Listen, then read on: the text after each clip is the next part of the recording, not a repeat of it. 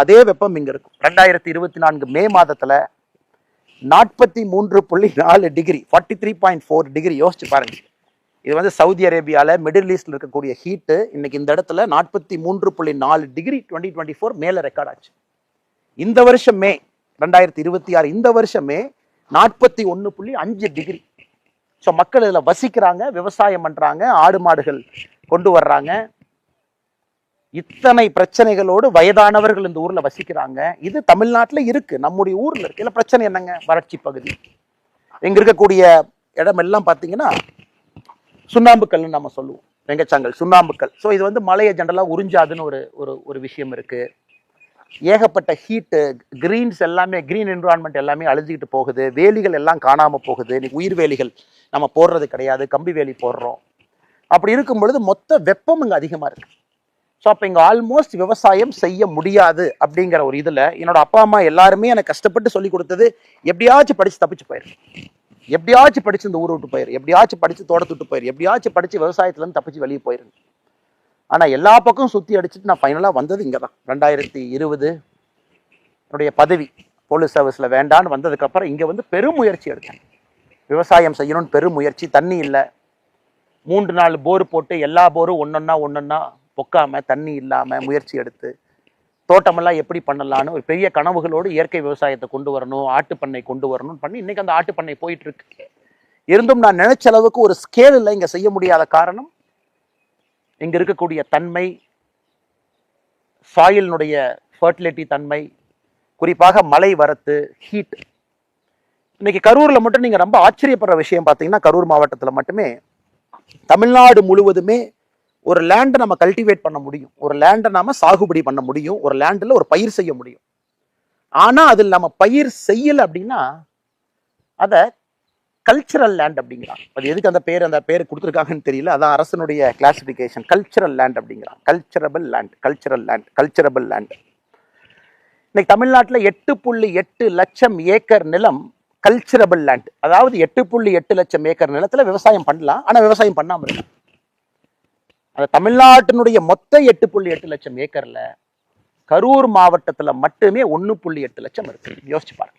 அந்த அளவுக்கு நிலம் வந்து விவசாயம் செய்ய முடியல. ஹீட்டு, தண்ணி இல்லை, வறட்சி, நீர்ப்பாசன வசதிகள் இல்லை, குழந்தைங்க படிச்சுட்டாங்க, ஊர் தாண்டி போயிட்டாங்க, பெரியவங்க மட்டும்தான் தோட்டத்தில் இருக்கிறாங்க, விவசாயம் செய்ய முடியல. எல்லாமே ஒரு காரணம். அதுல இன்னொரு ஆச்சரியம் பார்த்தீங்கன்னா, ஒரு இடம் வந்து ரொம்ப பசுமையா இருக்கணும், ரொம்ப கூலா இருக்கணும், ஹீட் இருக்கக்கூடாதுன்னா 32 விழுக்காடு ஃபாரஸ்ட் இருக்கணும். மரம் என்பது 32 விழுக்காடு இருக்கணும் ஃபாரஸ்ட். இன்னைக்கு கரூர் மாவட்டத்தில் மொத்தமா நீங்க ஃபாரஸ்ட்னு பார்த்தீங்கன்னா 4 விழுக்காடு, 4% இருக்கு. ஏன்னா காரணம் கொஞ்சம் கொஞ்சமா விவசாயத்தை நம்ம பயிர் செய்யும் தொழிலாக அதுல கேஷ் கிராப்பா பார்க்குறோம். ஸோ அதனால இவ்வளவு பிரச்சனைகளை தீர்க்க முடியுமா அப்படிங்கிறதுக்கு முதலா கரூர்ல வந்து நான் வேலையை விட்டு வந்து இங்க ஆரம்பிச்சது தான் வி த லீடர்ஸ் ஃபவுண்டேஷன். நான் நிறைய பேர் இன்னைக்கு 18 லட்சம் பேர் கிட்டத்தட்ட நெருங்கி வி த லீடர்ஸ் வந்துட்டீங்க. இன்னும் லட்சக்கணக்கான பேர், இன்னும் கோடிக்கணக்கான நண்பர்கள் நம்ம ஒன்னாக இணைந்து வி த லீடர்ஸ்ல வேலை பார்க்க போறோம். அப்ப எங்க ஆரம்பிச்சதுன்னு கேட்டீங்கன்னா, இங்க ஆரம்பிச்சது. எதுக்கு ஆரம்பிச்சதுன்னா விவசாயத்துக்காக ஆரம்பிச்சது. அப்ப வி த லீடர்ஸ்ல முதலாக 2020 நான் செஞ்சதே இங்க இருக்கக்கூடிய முருங்கை விவசாயிகளை சேர்ந்து ஒரு FPO ஆரம்பிக்கணும். இன்னைக்கு FPO பாத்தீங்கன்னா இன்னைக்கு ஃபேஷன் ஆயிடுச்சு. இன்னைக்கு எல்லாருமே FPO ஆரம்பிக்கணும், விவசாயிகள் ஒன்னா இணையணும். ஸோ 2020 என்னுடைய முயற்சி எல்லாம் இங்க இருக்கக்கூடிய முருங்கை விவசாயிகளை ஒன்றாக இணைத்து ஒரு ஃபார்மர் ப்ரொடியூஸ் ஆர்கனைசேஷன் ஆரம்பிக்கணும். அதுல நம்முடைய முருங்கைக்காயினுடைய விலையை நாம சப்போர்ட் பண்ணணும். நம்முடைய முருங்கைக்காய் விலை தனித்தனியா, உதாரணத்துக்கு இந்த இடத்த பாத்தீங்கன்னா இதெல்லாம் ஒரு காலத்துல முருங்கை மரமாக இருந்த இடம். இதெல்லாம் இன்னைக்கு நம்ம ஆட்டுப்பட்டி இருக்கு, 2 முருங்கை மரம் பாக்குறீங்க, அந்த பக்கம் ஒரு 4 முருங்கை மரம் இருக்கு. இதெல்லாம் முருங்கை மரம் இருக்கக்கூடிய இடம். இது முழுவதுமாக இந்த முருங்கை மரம் எங்களுக்கு சாப்பாடு போட்டுச்சு, வருமானம் கொடுத்துச்சு. இந்த முருங்கை மரம் ஒரு ரொம்ப ஸ்பெஷல் முருங்கை மரம்.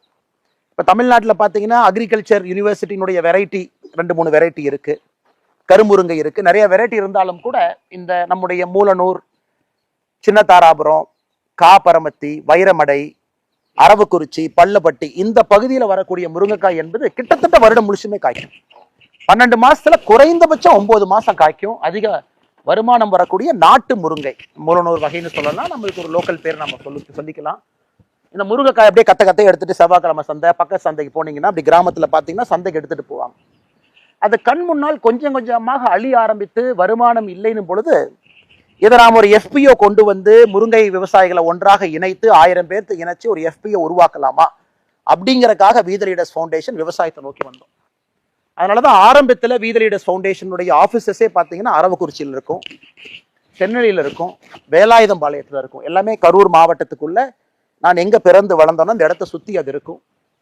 அது நம்ம ரொம்ப தெளிவாக இருந்தோம். அரசியலுக்கும் இதுக்கும் சம்பந்தம் இல்லை. வி த லீடர்ஸை பொறுத்த வரைக்கும் மக்களுக்கு சேவை செய்யறக்கா இருக்கணும். அரவக்குறிச்சியில சொன்னாங்க, அரவக்குறிச்சி ஆஃபீஸ்ல நம்ம வாலண்டியர்ஸ் அண்ணா, நீங்க இன்னைக்கு ஒரு அரசியல் இயக்கத்தில் இருக்கிறீங்க, நிறைய இஸ்லாமிய பெண்கள் வந்து எங்களுக்கு வி த லீடர்ஸ் ஃபவுண்டேஷன்ல டெய்லரிங் ஒர்க் ஷாப் பண்ணி கொடுங்கன்னு கேட்கறாங்க, ஆனா பண்ணலாமான்னு நான் சொன்னேன், கண்டிப்பா பண்ணணும். அவர்களுக்காகத்தான் இந்த ஃபவுண்டேஷனை நடத்துறோம், அவர்களுக்காகத்தான் நம்ம நடத்துறோம். அவங்களுக்கு என்னைய பிடிக்காம இருக்கலாம், பிடிக்கலாம், அவங்க என்னைய வேறு பார்வையில பார்க்கலாம். நம்மை பொறுத்தவரை எல்லா மதத்துக்கும் நாம் சமமாக இருப்போம், அதில் எந்த மாற்று கருத்தும் இல்லை. அதனால தான் எனக்கு ரொம்ப சந்தோஷம். அரவக்குறிச்சி வி த லீடர்ஸ் ஃபவுண்டேஷன்ல நூற்றுக்கணக்கான இஸ்லாமிய சகோதரிகள், அவங்களுக்கு நம்ம டெய்லரிங் ஒர்க் ஷாப் கொடுத்து அவங்களுக்கு அந்த ஸ்கில் சர்டிஃபிகேட் கொடுக்கும் பொழுது நான் இன்டென்ஷனலாவே இந்த நிகழ்ச்சிக்கு போகல.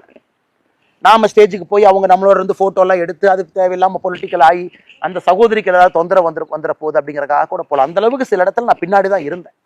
இன்னைக்கு சிலம்பமா இருக்கட்டும், அந்த இடத்துல செஸ் ட்ரைனிங்கா இருக்கட்டும், நிறைய வேலைகளை நம்முடைய சகோதரர் பாஸ்கர், அவங்க நம்முடைய அரவக்குறிச்சியினுடைய வாலண்டியரா இருக்காங்க. ரொம்ப சிறப்பான ஒரு மனிதர், ரொம்ப எக்ஸ்ட்ரீம்லி கமிட்டட். 5 வருஷமா நான் பாக்குறேன் நம்முடைய அமைப்புல எந்த எதிர்பார்ப்பும் இல்லாம கிராஸ் ரூட்ஸ்ல ஒரு அற்புதமாக பணி செய்யக்கூடிய பாஸ்கர் அந்த பகுதியிலிருந்து ஒரு பெரிய மாற்றத்தை அந்த பகுதியில் நடத்தியிருக்காரு.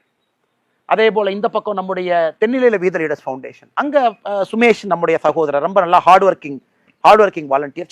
சின்ன உள்ளூர்லயே படிச்ச ஒரு பையன் வாலண்டியரா கொண்டு வந்து ட்ரெயின் பண்ணி 2020 சுமேஷ் சொன்னாருன்னா, நம்ம ஊர்ல பிரச்சனை வந்துங்கன்னா ஆடுகள் நிறைய இருக்குங்க பாருங்க, நம்ம தோட்டத்துக்குள்ள ஆடுகள் அங்க நிக்குது, செம்பரி ஆடுகள் நிக்குது. ஆனா ஆடுகளுக்கு வந்து நம்ம ஊசி போடணும், வெட்டினரி டாக்டரை கூப்பிட்டு ஒரு ஆட்டுக்கு ஊசி போட்டோம்னா அதே ஒரு பெரிய செலவுங்கண்ணே. ஆட்டுக்கு எவ்வளவு செலவு பண்ணணும், சில பேர் 10 ஆடு 20 ஆடு வச்சிருப்பாங்க. நாமளே மருந்து வாங்கினா பல்கா ஒரு வெட்டினரி டாக்டரை ஹையர் பண்ணி நாமளே ஊசி போட்டா என்னங்கண்ணே?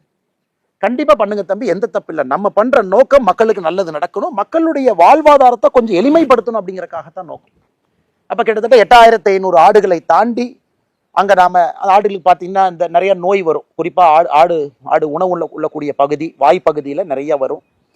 அது அப்புறம் பூச்சி வரும், சொத்த வைக்கும், ஈ எல்லாம் போகும். அதெல்லாம் நீங்க பக்காவா பார்த்துக்கணும், சரியான நேரத்தில் அதுக்கு வந்து தடுப்பூசி போடணும். ஸோ அதுக்கு முக்கியத்துவம் கொடுத்து 8500 ஆடுகளை தாண்டி தென்னிலை பகுதி முழுவதுமே இந்த பகுதியெல்லாம் நம்முடைய ஆட்டுக்கு ஊசி போட்டு வந்தோம் 1 வருஷம் 2 வருஷம்.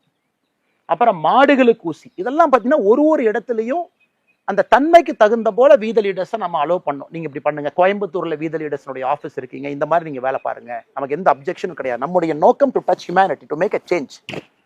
அப்புறம் தனியார் நிறுவனத்தோடு இணைந்து இன்ஜினியரிங் கல்லூரி, ஆர்ட்ஸ் கல்லூரியில் இணைந்து அவங்களுக்கு ஸ்கில்லிங் பயிற்சி, ப்ராஜெக்ட் தலைவா, இப்போ அது ப்ராஜெக்ட் தலைவாங்கிற பேர்ல இருக்கு. இதுக்கு முன்பு ஒரு 5 இன்ஜினியரிங் காலேஜஸ் 3 டிப்ளமோ கல்லூரிகளில் அவங்கள பிளேஸ்மெண்ட் ரெடியா செய்யணும் அப்படின்னு அது ஒரு பெரிய நோக்கத்தோடு செஞ்சோம். ஸோ இத்தனை காலமாக ஏன்னா வி த லீடர்ஸ் பத்தி உங்களுக்கு ஒரு அறிமுகம் இருக்கணும் அப்படிங்கிறக்காக தான் நான் பேசுறேன், இது தவறா நினைச்சுக்காதீங்க.